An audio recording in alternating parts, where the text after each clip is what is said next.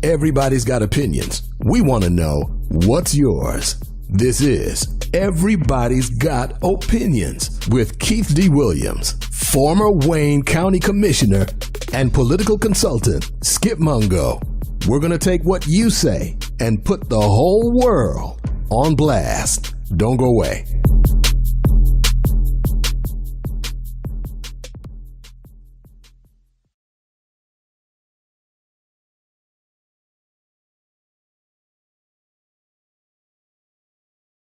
Courageous Detroit Radio.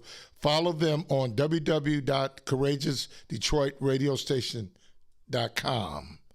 Today's show is about, we're going to take you back to the Ballot versus the Bullet, but more importantly, last night I was over at King Solomon Church where Malcolm X gave a majority of his speeches when he came to Detroit.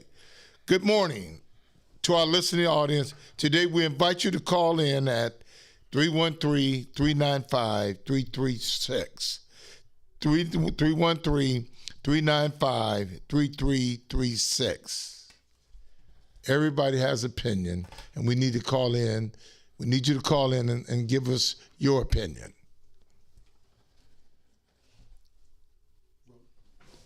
Keith, thank you for always allowing me to sit next to you and soak up some. No, don't say this. Always.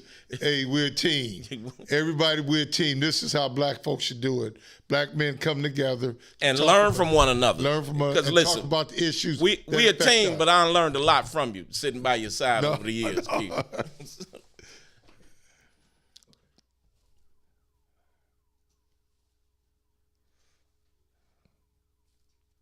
So today, though Islam is my religious philosophy, my political, economic, and social philosophy is black nationalism. You and I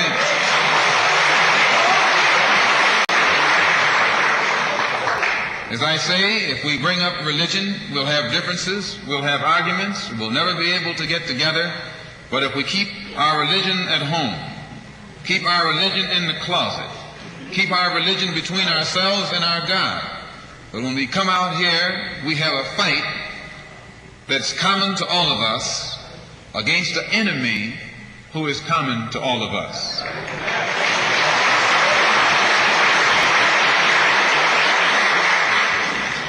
The political philosophy of black nationalism only means that the black man should control the politics and the politicians in his own community.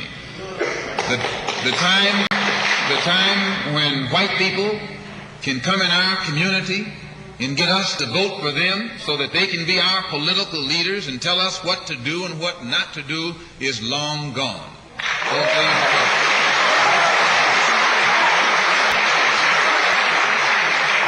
By the same token, the time when that same white man, knowing that your eyes are too far open, can send another Negro into the community, get you and me to support him so he can use him to lead us astray, those days are long gone.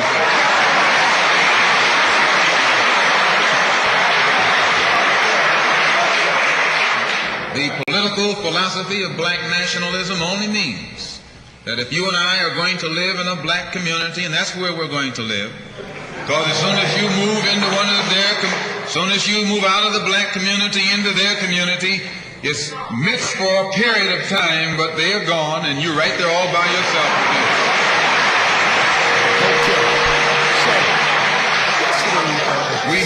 We must understand the politics of our community, and we must know what politics is supposed to produce. We must know what politics play in our lives. And until we become... And so when I went in there, you know, we had the black liberation folks there. I walk in there with my Dobbs on and my sports coat, and I felt kind of out of place a little bit because that's their world. Yeah. And I respect them for what they're trying to do, but I say we can do better, and rhetoric is one thing and reality is another. Malcolm X was telling us about self-determination and all those things.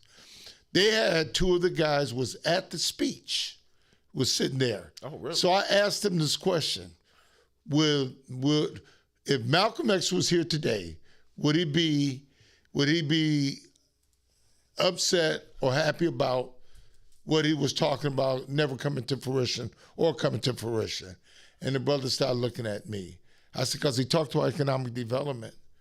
He talked about buying in your neighborhoods, doing business in your neighborhoods. Are we doing that? I say every corner we go in Detroit is somebody that's of another nationality controlling our commerce. So Skip, you've been a guy who's been deep into the Ballot versus Ballot, Malcolm X. Give us your perception. And before we go there, we have a black intellectual class that all they do is talk to themselves. But have they ever grown an economy where everybody can participate in? No.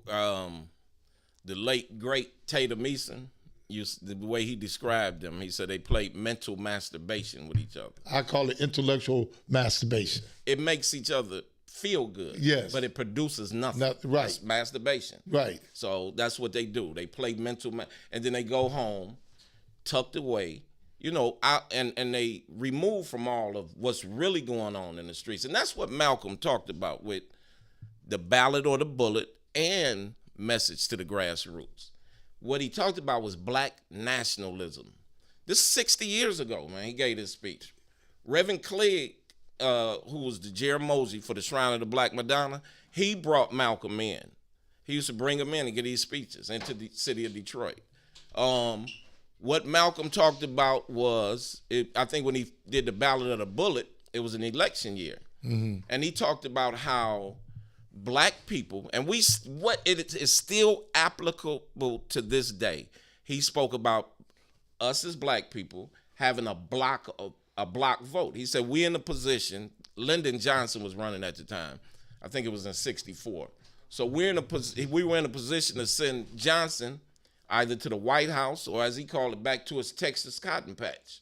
we were in that position, and he talked about what's going on right now today.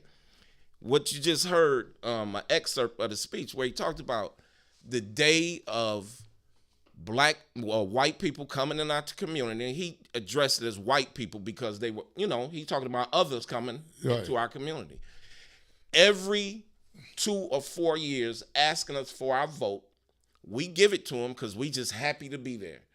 And he fades back off into wherever it is, D.C., Lansing, wherever. And then 2 or 4 more years, he comes right back and we do the same thing. We get nothing from it. We give them the most precious resource that we have other than life, our vote, our freedom, and we get nothing in return.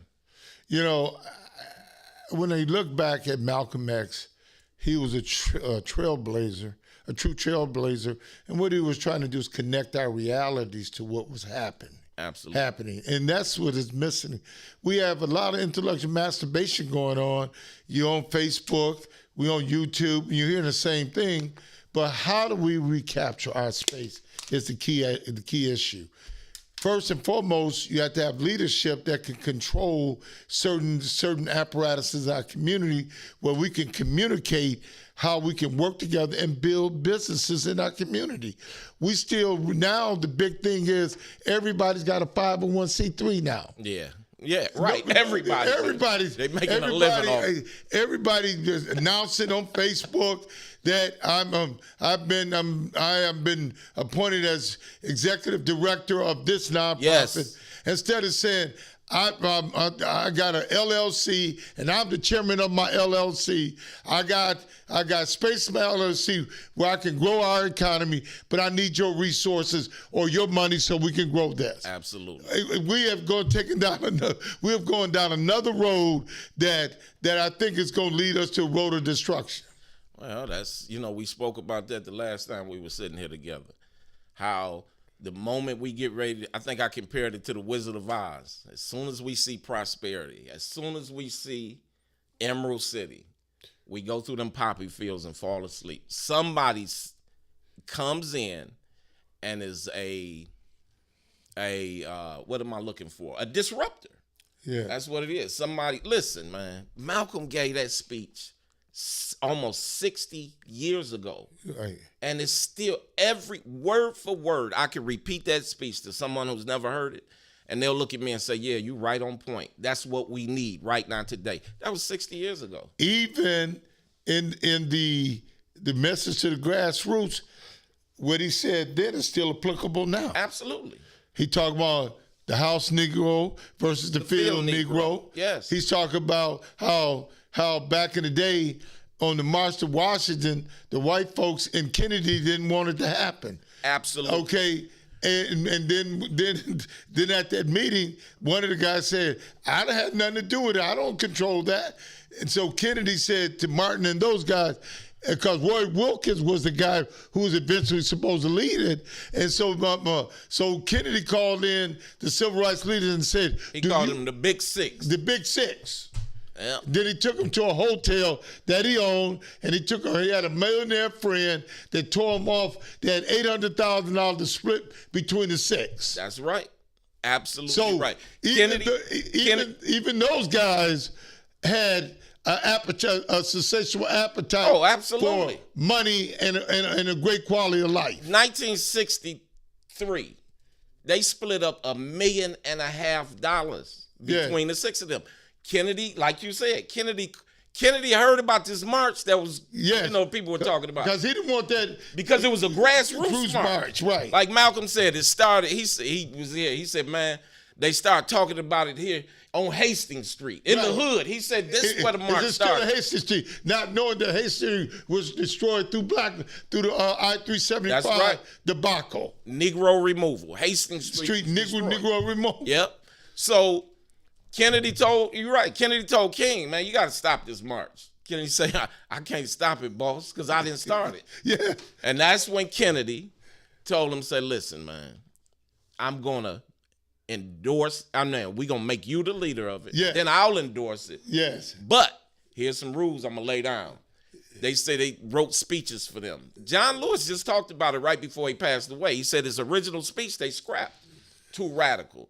They wouldn't let James Baldwin speak. Yeah, because they said they didn't know what James Baldwin was going to say. They couldn't control him. They couldn't control him. Yeah. So, and then, sad to say, after the march, they signed the Civil Rights Bill, and it was all ceremonial. Yes.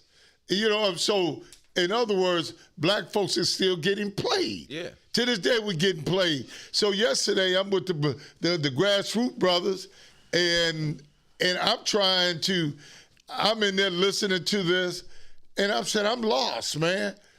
It's like they talking to themselves about what we did 30 years ago, and one sister was saying about her brother Lumumba, I forgot his name, who died down in Mississippi, Jackson, Mississippi. He was a mayor. Yeah. I'm listening, and then Chokwe Lumumba, whatever his name. His son is the mayor of Jackson. Yeah, I did not know the guy. They say he was a brilliant guy. Yeah. But my thing is, all that brilliance, why are we still languishing in poverty to this present day?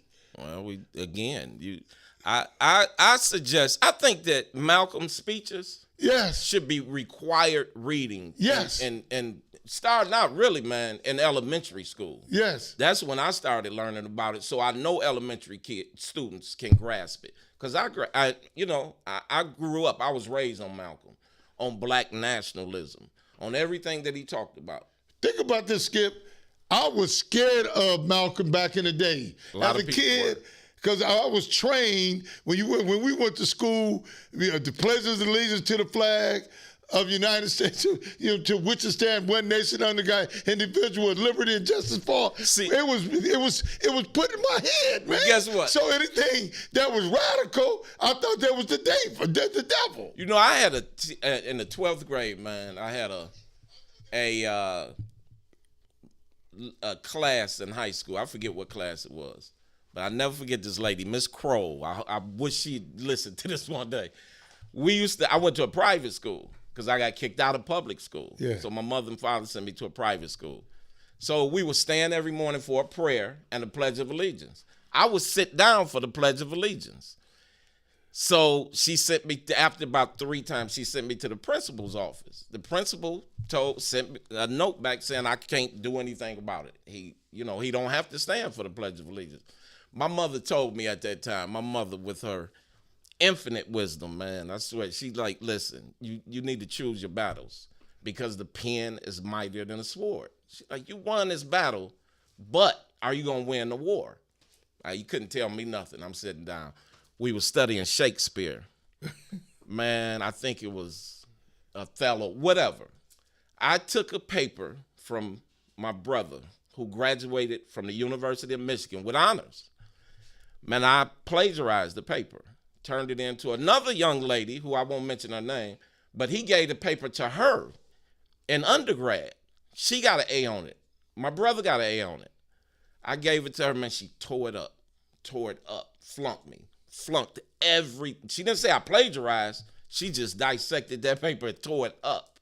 So that's what my mother meant by the pen is mightier than a sword. I had to end up leaving that school because I wasn't going to graduate. Yep.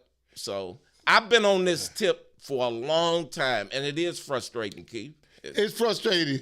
Listen, I'm sitting there, I got all these intellectual folks, okay? They all into themselves, and I'm sitting there. I'm an old school brother from the hood, little gangster in me back in the day. Got my jobs because I was trained. Yeah. I was dressing like the brothers from the hood. We dressed good back in the day. That's right. We didn't have sagging pants and none of that stuff. Oh. Our clothes fit us and all that. And it was recognized game. And I'm listening to this. I said, when are we going to get some money out of this? Right. Okay, so me and my wife sitting there, after it was all over with, after they did their little stuff, we got up and walked out. My man was handing the basket. Can you drop a few dollars in the basket? Okay? I'm saying all that feel-good conversation don't turn into financial prosperity. No, you know what I'm getting at? We got a lot of folks on these college campuses in America. All they do is go to school and study. That's it. But they never take that study and bring it into reality. No, they don't. You know what I'm saying? I can sit here behind my desk. Some of them don't. Yeah, so I'm not saying all, but guess what? If you look at all those PhDs and all that other stuff, they don't create no economy. No. They create economy for themselves. Absolutely. They write books. They got papers. Because last night, everybody's selling books, selling papers, and all that other stuff. But where is the goods and service? I know goods and service for them, but the masses, that's what I'm talking about. That's the same church that endorsed Mike Duggan over Benny Napoleon during the mayoral election. I didn't know that. Whoa, yeah, I didn't know that. See, I don't know where we at in this journey of life, but I know where I'm at. I'm pro-black, love black, and gonna leave here being black. But the most important thing is this: we got to control our economic destiny. Absolutely. If we don't control where we going with our money gonna always be used against us. Let me tell you another quick story. There's a gas station on the corner. It's on the northeast corner of Warren and I-75. Right. Used to be two black brothers, actual brother, who owned the gas station some years ago. A guy named Daryl Cullen and his brother. Man, I would always pay, no matter where I was, going downtown, coming from down, I would always patronize them. Few times I stopped by there, no gas. And the guy explained to me, man, they weren't delivering him gas on purpose. Because he owned the gas station, right, and he owned the land. That's the most important part, is owning the land. A lot of these gas stations you see, the parent company owns the land. They ran him out of business. Mr. Davis on somebody. Right. He owns his land. That's right. And they always put stickers on his station window. You got too many cars in the lot. Yeah. See, why bother Mr. Davis? He's been around as long as I can remember. Hold on. Over here, this is Soul Village. I'm getting doors. I got to go through all kinds of gyrations about permits. And before you start to open up your doors, you just spent $20,000. Yeah, on permits. On permits, on architects and all that other stuff. So it's a vicious cycle, man. Then you have gas. This is what I don't understand. Where the young man was killed when the guy at the gas station locked him in. Remember? Right. And the guy pulled out the gun. Yeah. You have gas stations like that are operating without license. They operating with impunity. You have gas stations, that's the second gas station that had police contact and found out they didn't even have, how do you open up a gas station without license to sell gas? Let me tell you this. There's two over here where I'm at on Schoolcraft. There's a Marathon gas station and there's a Shell gas station. Yeah. I had my sheriff's hat on. I walked in, they selling loose cigarettes in front of me. And then the black sister cussed me out. Told me to get out the store. Then over here at the Shell gas station, the guy they was exchanging stuff in front of me. The father came at me like he wanted to do something to me. The owner of the gas station? Yes. Really? So I said, my life. You showed him your badge? I had my hat on and everything. I showed him my badge. I said, my life means more than arguing with this guy. Walked out. But I said, you'll see me again. That's right. Okay. But see, I'm just saying, they come in our communities, they rape our communities, then they want us to acquiesce when they give you a bag of chips. Yeah. Right. They're good for giving you hot dogs and chips. Oh, man, good for it. They're good for it. If there's a picnic, they may see they are sitting there, the 4 or 5 trucks over here go hot dogs and chips. That's it. But then they selling fried chicken, nice hot dogs and chips. And then on this corner, they selling chicken at the gas station. Yeah. Yeah. Oh, yeah. Okay. Man. Then you go on 7 Mile with Superior Beauty and Barber Supply. There's an Asian cleaning up all that money. Black folks, when are we going to get so smart and start doing business and capturing our space? You know what's amazing about the beauty supply business is they stand in business in the black community, getting rich.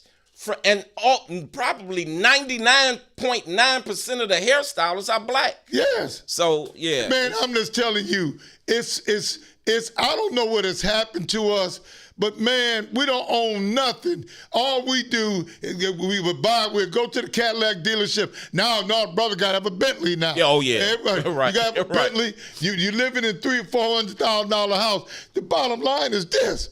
You came here on assignment, you're going to leave. That's right. Listen, to those of you that's listening or might catch this later on YouTube, if you own a black business, You should give us a call. Call 313-395-3336.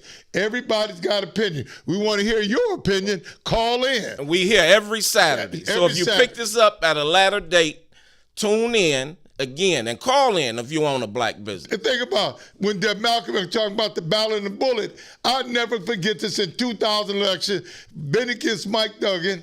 I had a brother run out of his house coming out, Mike Duggan. I looked at this brother, I said, wow. I said, who got to you? Okay. But that's the mentality.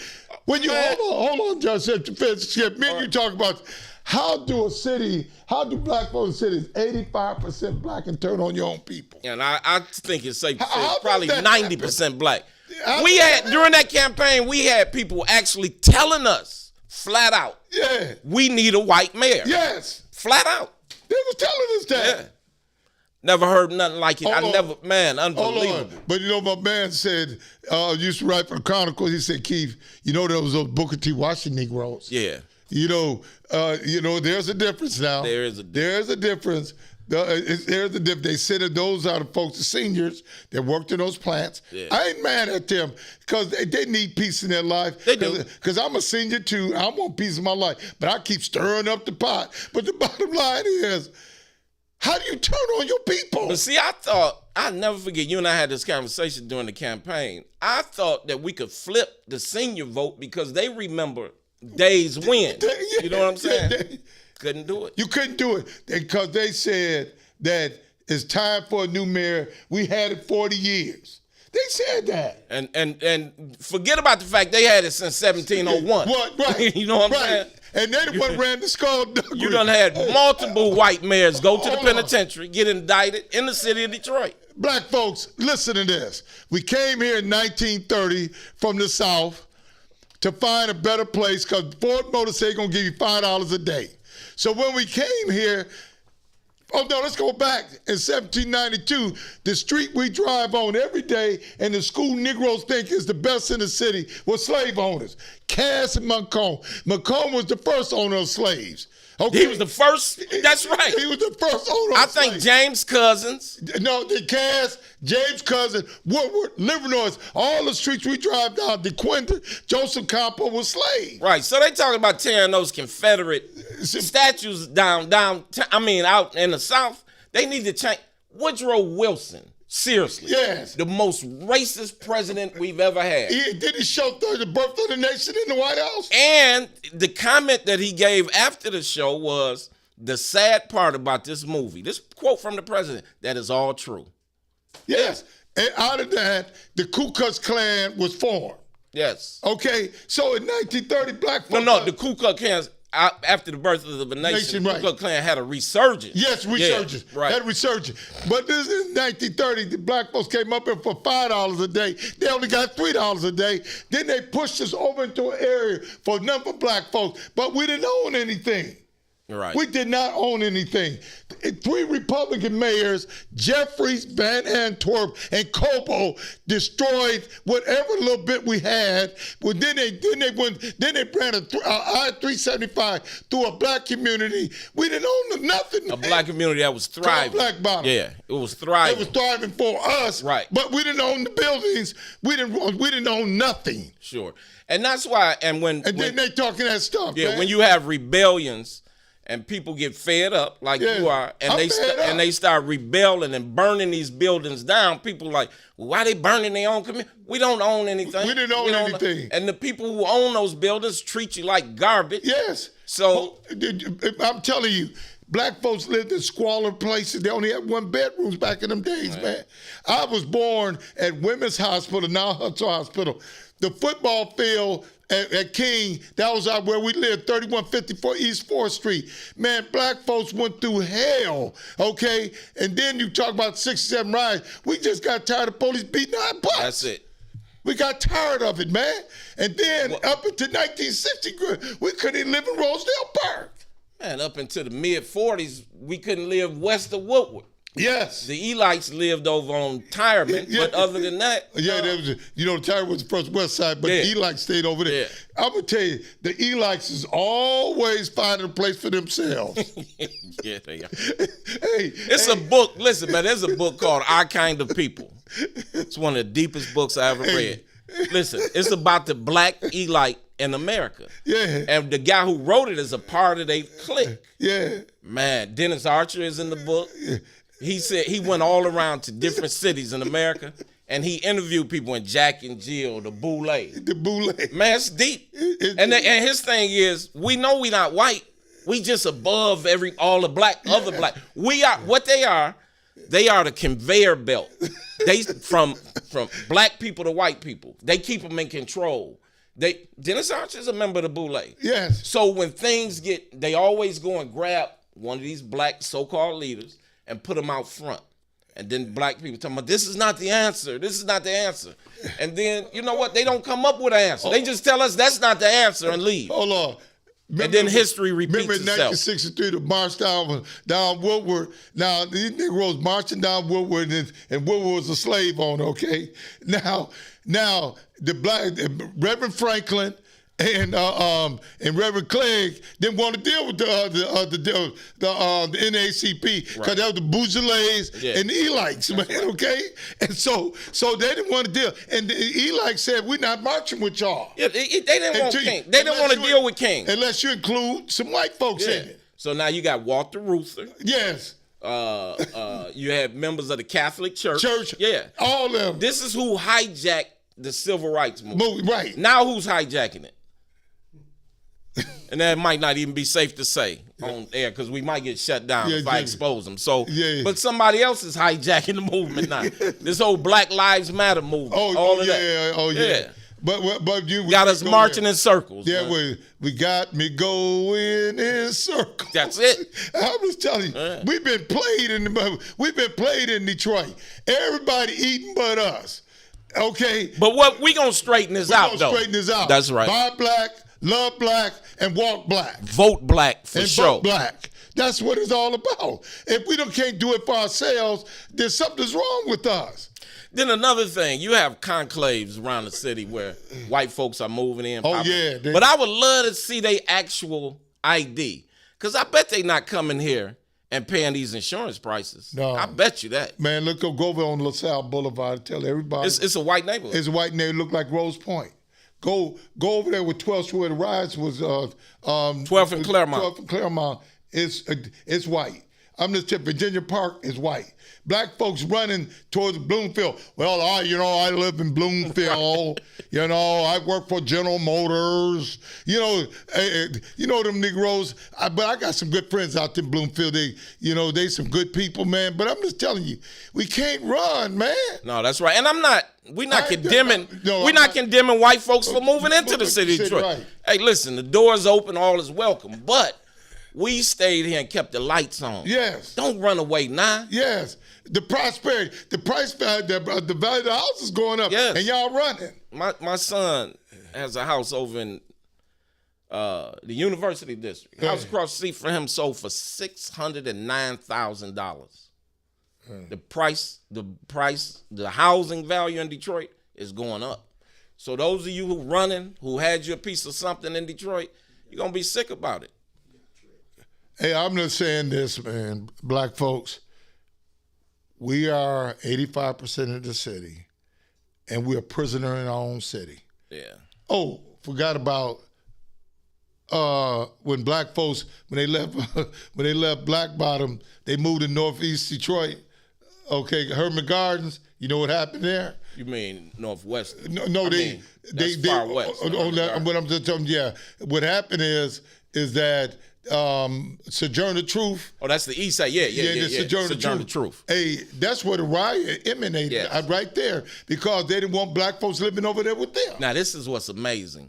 It's the Sojourner Truth. The Sojourner Truth housing projects were built by the government. For government workers. That's right. And because the population in the city of Detroit was swelling during the war. Right. So they built these places. It was a white neighborhood, but we're going to integrate the neighborhood. Right. This is the thinking of the federal government. Right.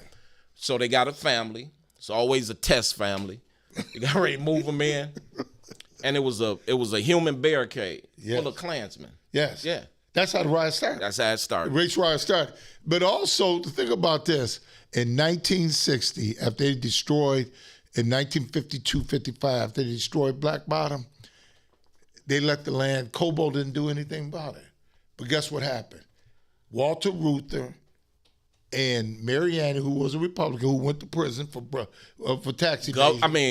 Mayor Mary Mariani, yeah. Sold it to the UAW for $12,000. Are you serious? Do your history. Go in the history books. Wow. $12,000. That's how Lafayette Park was built. Before that, 98% of that area was black.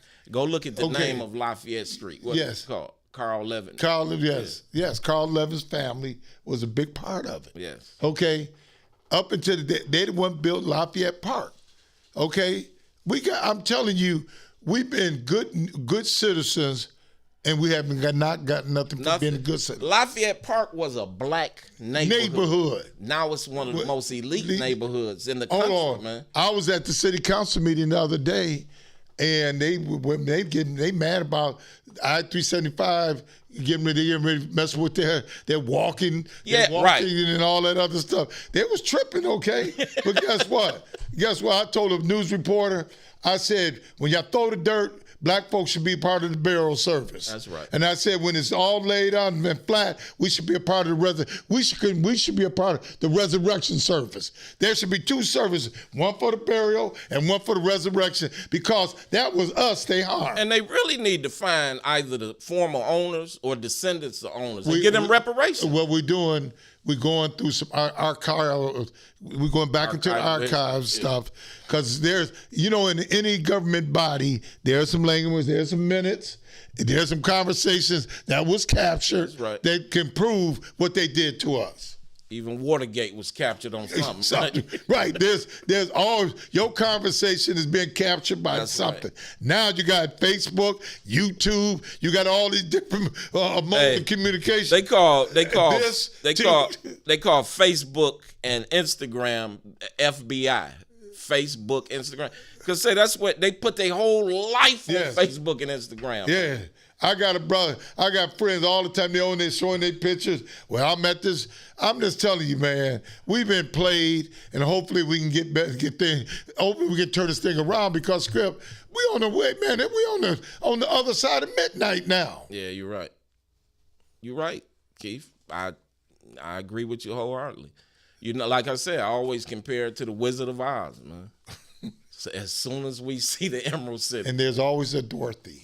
Always. There's always a Dorothy. And our eyes, though. There's always a wizard behind the curtain. Really not that powerful, people. Oh, that's a great... The Wizard of Oz was a great movie. Yeah. The wizard, he was always concocting schemes. Always. And there's always a Dorothy. The Wizard of Oz, the book was actually written, man. It was written about... I have to brush up on it, but let me think. The wizard, I think, was the president of the United States at the time. The Munchkins, where Dorothy landed. Yes. And Kansas. they were the Native Americans. Yes. Something represented in that movie, the Industrial Revolution as well. It's a deep book if you read it. Yeah. Okay. The Wicked Witch. The Wicked Witch. Producer Juan just said the Wicked Witch was the Industrial Revolution. It was so amazing. Dorothy threw the water on the Wicked Witch. Yeah, right. And she became the hero. She became the hero. Yeah. But this was the deepest part. Talk about this. Okay, this was the deepest part. Remember when Dorothy killed the witch? Yeah. And she thought everybody was gonna turn on her. Yeah. And they all looked at her. And they were happy. They were working up under this witch, and she never knew. They hated the witch. Yeah, they hated the witch. They hated her, yeah. But think about this. I worked with a woman like that before, an elected official. May she rest in peace. I'm not going to say her name. Hey, but let me say this to you. The other day, I was looking through, I was on TikTok, okay? Now Kim Kardashian is Dorothy now. Meaning, explain. She's got a $1 billion business. Yeah, man. She does. They said she's one of the top fashion. Man, this shit. She has $1 billion. She get people out of the prison, man. She has actually gotten a couple people out of guess prison. But guess what? She done had all the brothers. Yeah. She done had all the brothers, athletes from starting with Reggie Bush, okay, and then Wilshire, The little fella, Ray J. Ray J. That's who started it. Yeah. Kim Kardashian used to be Paris Hilton's flunky. Yes. She couldn't even get into parties. Now she is the party, man. So as we come to a close, this is another version of Everybody's Got Opinion. We ask you to call in and be a part of the discussion. This is my whole co-host, Skip Mongo, and I'm Keith Williams. So next week, call in and watch and be excited And about give us your opinion. Give your opinion. God bless.